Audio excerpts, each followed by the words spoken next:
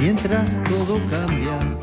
Bueno, ya estamos entrando ahí en la atmósfera que va a tener esta entrevista. Sí, así es, se lo comentamos al arranque del programa. Dos sabaleros llevan adelante en nuestro país el proyecto que se llama Rock Uruguayo Podcast, que lo que hace justamente a través de 74 episodios que han publicado hasta el momento es recorrer el rock nacional con canciones y palabras de artistas tanto de bandas nuevas como de bandas legendarias de nuestro rock. Entre ellos está el Cuarteto de Nos, 4 pesos de propina, Los Tontos, Buenos Muchachos y también, como le decían, bandas nuevas que se le busca dar de alguna manera difusión. Así que para conversar sobre este podcast vamos a recibir ahora a Gustavo Cedrés, que es creador de Rock Uruguayo Podcast y también integrante de la banda Pesa, que le estamos escuchando ahora. Bien. Bienvenido. Bienvenido. Muchas gracias. ¿Cómo es el vínculo de ustedes con el rock y cómo surge esta iniciativa de generar el podcast? Bueno, no sé por dónde arranco. En principio esto de Pesa y Pesa Nervios tiene mucho que ver con todo. Primero, yo hace 35 años más o menos que soy músico, que toco, y he estado en muchos ámbitos, en salas de ensayo, en un montón de instancias de grabación, de discos y todo eso. También soy psicólogo, entonces se conecta alguna cosa. En un momento empezamos a querer difundir nuestra banda y para comunicarnos con la gente y buscar espacios de difusión era muy difícil para bandas nuevas. Si bien yo tengo muchos años, la banda es nueva, entonces no sería emergente, pero está. Bueno, conectamos con una gente de Buenos Aires, de un programa que nos invitó a participar y después me invitó personalmente a estar dentro de la producción. Y ahí empecé a entender un poco todo esto que ustedes hacen, que es producir, entre otras cosas que bueno, que hay que salir a buscar los contenidos, cómo se maneja, un montón de cosas que uno de afuera no sabe. Y en ese momento me propone hacer una especie de salida desde acá, que ellos la pasaban, pero más en el ámbito de la psicología, que yo hiciera algún segmento sobre algún tema de interés, no sé qué. Y eso es trabajo para mí. Y como esto no era trabajo, sino que era más de diversión, disfrute, yo lo que propuse es, como ese era un espacio de bandas emergentes argentinas, dije de hacer bandas emergentes uruguayas.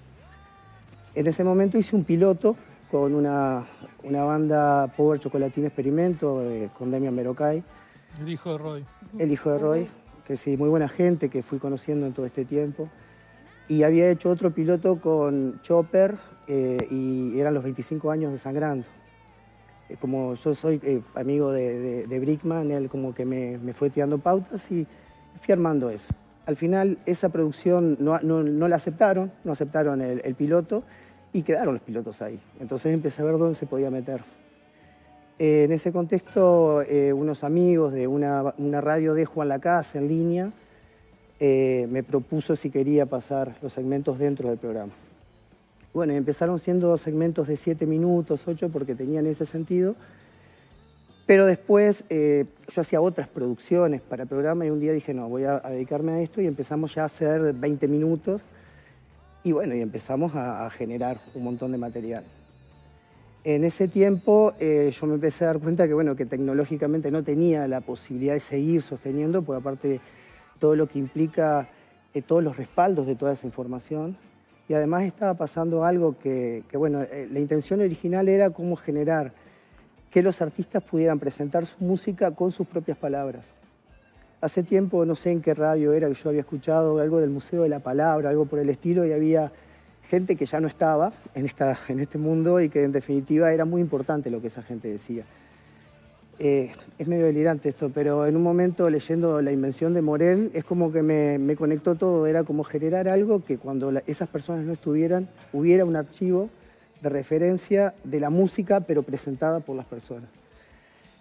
La idea no era una entrevista, sino más bien yo lo que necesitaba eran audios donde ellos pudieran explicar y todo eso. Bueno, y ahí empieza un poco el trabajo psicológico de convencer a los músicos que tienen como mucha impronta con esto de las entrevistas y todo decían, no, la entrevista, pero ponerse, sentarse y hablar les costaba mucho. Es más fácil que te pregunten que hablar de uno mismo. Exactamente.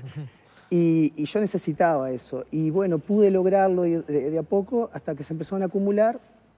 Y en un momento, bueno, ahí aparece en escena mi amigo Fabio Oricia de España, con quien tenemos un vínculo también de hace 35 años. Es el otro sabalero, como de Juan Lacase.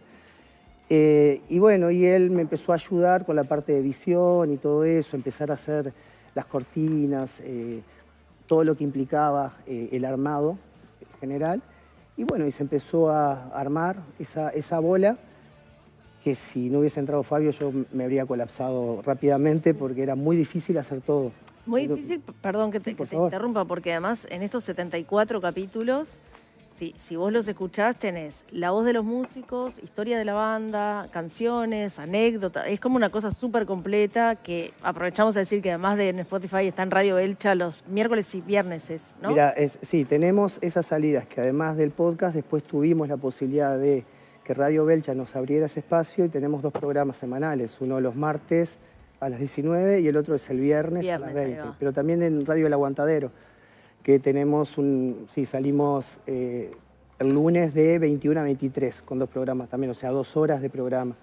Lo que quería agregarte, perdón, que te corte de nuevo, porque era interesante, es que cuando uno dice el rock nacional, acá en todo este trabajo que ustedes han hecho, hay de todo, o sea, hay Chopper, pero también hay Romina Pelufo y también hay Andy Adler y Los Estómagos, y hay como un abanico enorme, no solo de estilos, sino de tiempos, y es como súper, que genera mucho conocimiento para gente que por ahí no conoce ni a la mitad de las bandas que están ahí. Es una oportunidad divina como para entrar, ¿no? En todo lo que es el rock nacional, que es tan amplio, tan grande. Ahí, más que rock nacional, definimos rock uruguayo, sobre todo para diferenciarnos del rock argentino. Ellos tienen rock nacional. Cierto. Y entonces el rock uruguayo, porque además creemos, ha habido foros e intercambios con mucha gente, bueno, que el rock uruguayo tiene una impronta en particular que se arma de todas esas conjunciones de estilos y variantes. En una entrevista con Olivencia, que es el creador de los premios Graffiti, me decía que bueno, un poco el camino de ellos fue parecido. Empezaron con una situación donde al principio era rock específicamente y después se fue abriendo. Y en eso también tiene que ver con esto de generar contenidos. Nosotros vamos inventando formatos de acuerdo a cada situación. Empezó siendo una especie de... Primero agarramos un disco como en el de Los Estómagos, que se dio porque Gabriel me consiguió el teléfono de Gustavo Parodi y ahí muy amablemente él tuvo esa disposición. Y después así uno para otro, cuando ya Parodi no me quiso responder más, me hizo 2 podcasts y después, bueno, ahí me pasó el de Marcelo Lazo, el del Hueso Hernández, que bueno, ahí hay otro trabajo psicológico porque yo creo que Fabián Hernández no había tenido entrevistas públicas con nadie, no quiso hacer esta parte de grabar, pero sí accedió a una entrevista, pero la entrevista a nosotros nos complica porque no tenemos la capacidad después de limpiar esos audios para que queden. Y realmente nuestro rol dentro del podcast sería la presentación, como decías tú, que es un poco la historia de la banda, cosas básicas, los nombres de los integrantes, que muchas veces nosotros mismos ayudamos a las bandas a hacerlos porque ni siquiera los tienen. Incluso bandas de trayectoria a veces no tienen esa información actualizada, uno no puede buscar solo en Wikipedia porque después le devolvemos el trabajo a los músicos para que ellos también tengan control de la edición. Eso nos parece muy importante, además de la calidad. Estamos trabajando con gente que son profesionales muchas veces de la música y otros que no lo son, pero tienen un nivel de calidad y de fortalezas a nivel de lo creativo y de la producción que es impresionante. Hablábamos recién de que el proyecto también busca darle difusión a grupos de rock uruguayo que tal vez no se conozcan tanto. ¿Qué hallazgo has encontrado vos en este recorrido de alguna banda que digas, wow, estos lo rompen y sin embargo nadie los conoce? Mira, o algunas áreas, ¿no? Todas las que aparecen que no se conocen, porque si hay un hallazgo es la cantidad de bandas que no tenía ni idea. Yo creía que sabía algo de rock uruguayo y me di cuenta que no sabía nada. No solo de la historia, porque cuando Leo Baroncini empieza a contar cosas, ahí dijimos, wow, pero esto tiene que estar en un libro, y ahí empieza la idea de hacer un libro. También porque había muchas cosas que no podíamos reflejar. Bueno, y con respecto a las bandas nuevas, creo que lo importante de esto es que en el mismo lugar estén todas, que uno pueda entrar por Los Estómagos, Buenos Muchachos, o 4 pesos de propina, pero puedan acceder a bandas como Blues del Trueno, que no sabía ni que existía hasta hace un poco tiempo, o al Yun. Hay historias interesantísimas de gente que no tenemos ni idea de por dónde funcionan y a veces la música en sí misma no es tan lo importante, sino la historia que está detrás. Pero ¿en qué dirías que anda la escena emergente del rock uruguayo?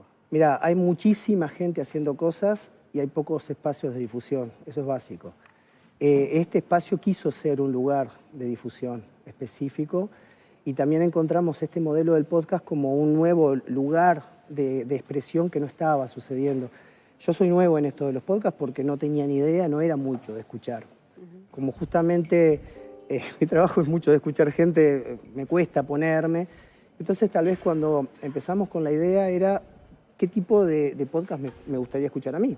Algo que no me aburriera, que tuviera la impronta del músico explicando, que es fundamental, y cómo uno escucha la música de otra manera cuando sabe la historia que está detrás. Claro. Eso creo que es algo que es fundamental. Y salieron a buscar gente afuera, porque Baroncini, batero de Los Tontos y con un pasaje por los estómagos también, si no me equivoco, Sí.